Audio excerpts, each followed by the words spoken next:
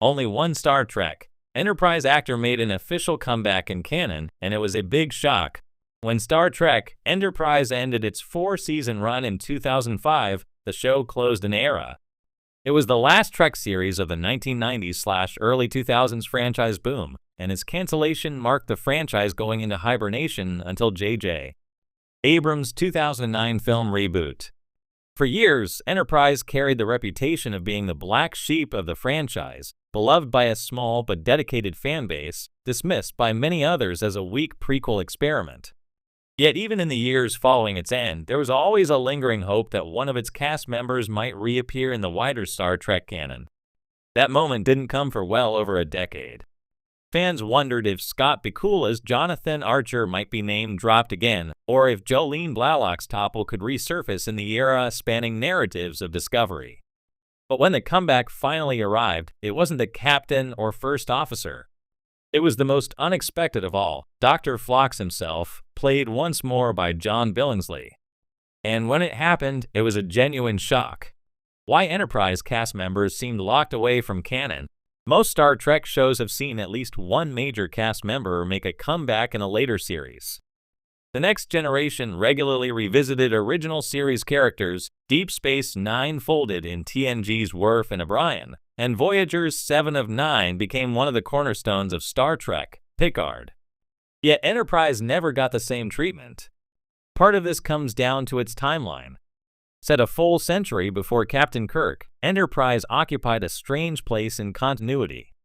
It was too early to link easily to the 24th century stories that dominated the Berman-era Trek shows, and too late to play in the mythic, almost Wild West-like era of humanity's very first steps into space. That middle ground prequel problem left it isolated in canon. Moreover, the show's ending didn't help.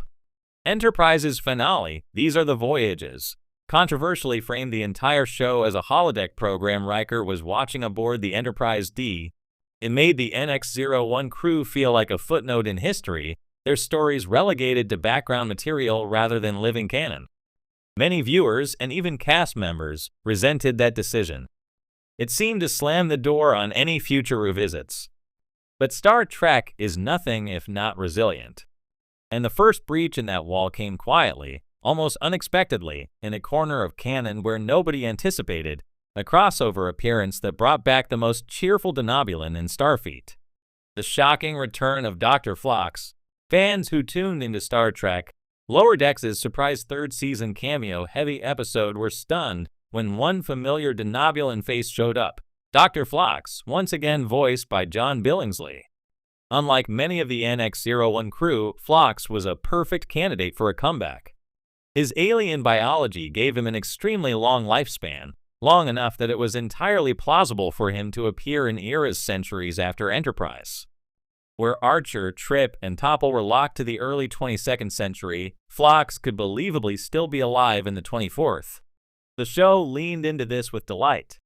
Phlox's appearance wasn't just nostalgia, it was clever canon work. It reminded fans that Denobulans were long-lived, fleshed out one of Trek's most underused alien races, and gave Billingsley a well-deserved curtain call. And for Enterprise fans, it felt like validation. After years of being sidelined, finally, someone from the NX-01 had crossed the barrier and re-entered official canon in a meaningful way. Why Phlox was the perfect choice? There's an irony in Phlox being the first Enterprise cast member to make a canon return. On the original show, he was never the most central figure. Archer, Topple, and Trip got the lion's share of dramatic arcs, while Phlox was often relegated to quirky subplots or medical mysteries. But that's exactly what made him work for a comeback. Phlox was endlessly adaptable. His character combined humor, moral curiosity, and an alien perspective that was refreshingly positive compared to Trek's usual cynical or warlike species. Fans remembered his bizarre menagerie of creatures, his cheerful bedside manner, and his willingness to challenge Starfleet ethics in unexpected ways. Plus, unlike Bakula or Blalock, John Billingsley remained openly enthusiastic about reprising his role.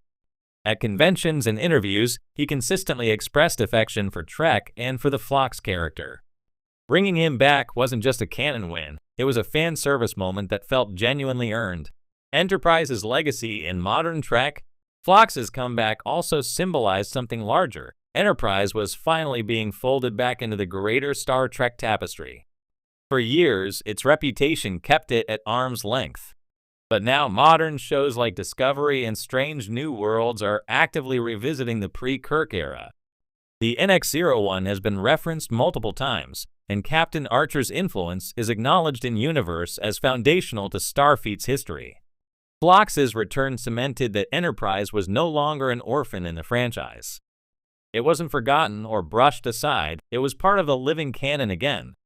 And once one actor came back, fans immediately began speculating about who might follow. Could we see Topol resurface in Strange New Worlds? Could Scott Bakula finally reprise Archer in some form of flashback or time travel plot? Or could Connor Trinneer's Trip Tucker appear in one of Trek's anthology-style episodes? The door was cracked open and possibilities suddenly seemed endless. Why, it was a shock. Make no mistake, nobody saw Phlox's return coming. For years, speculation about an Enterprise comeback centered on Jonathan Archer. He was the captain, after all, and his name carried more cultural weight in Starfleet lore. Some even suspected Archer would appear in Discovery's 32nd century setting via legacy records or holograms. But Phlox? The cheerful alien doctor who spent most of his time fussing over space leeches and making awkward small talk, he wasn't on anyone's prediction list. That's precisely why it landed so well.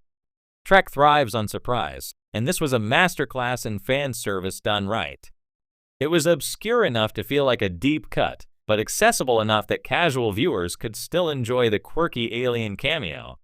Longtime fans got their hearts warmed, and Enterprise's reputation got an unexpected boost. What it means for the future of Star Trek. Phlox's comeback could mark the start of something bigger. Star Trek in the streaming era has embraced its interconnected canon more than ever before. From Q's return in Picard to Captain Janeway appearing in Prodigy, the franchise is no longer shy about weaving past characters into present stories. If Phlox can return, then so can others.